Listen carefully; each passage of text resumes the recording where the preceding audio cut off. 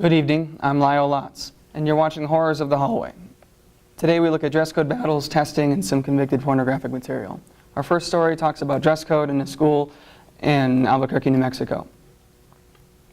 A student, self-proclaimed tomboy, is fighting to change the dress code in schools, saying the dress code for girls was a bit too much on the nose for her gender.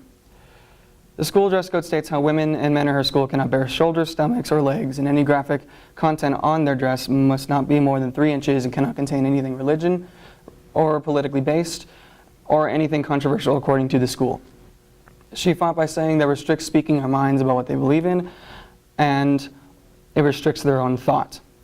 She's saying that the dress code should not be decided on someone so incompetent to keep their thoughts to themselves. And to wrap up this story, it came up to her winning the battle, and the school is now changing their dress code to be more appropriate.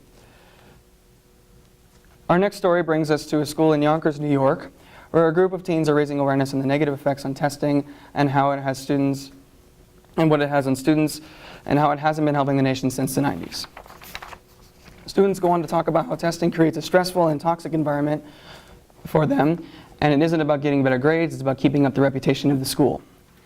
They say it's been raising costs since the 90s, and it has raised suicide rates in the students, and it has brought the reputation of education in the nation down since 1997.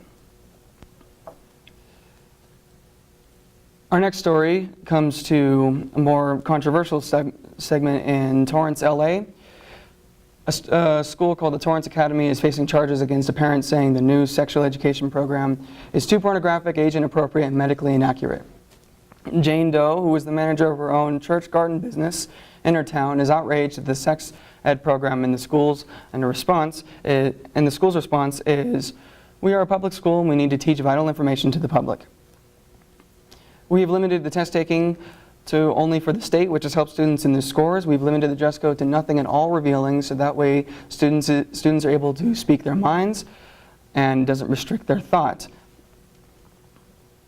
And in order for us to do this, we need to deliver good education that keeps these students free for their own thought." The school has talked about how in past times teachers have been brought up about how teachers have been reported saying that condoms can transmit sexual diseases as well as birth control.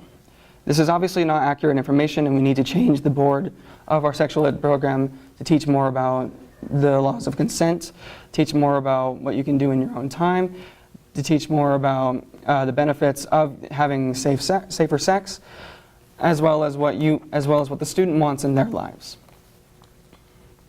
We do not wish to teach any pornographic material. We do not wish to teach this to any age below the age of consent, as well as these are medically based facts. The lawsuit is still going on and rages in today, and it looks to be in the school's favor. So today, in a lot of our controversial stories, I am Lyle Lotz, and you've seen the Horrors of the Hallway.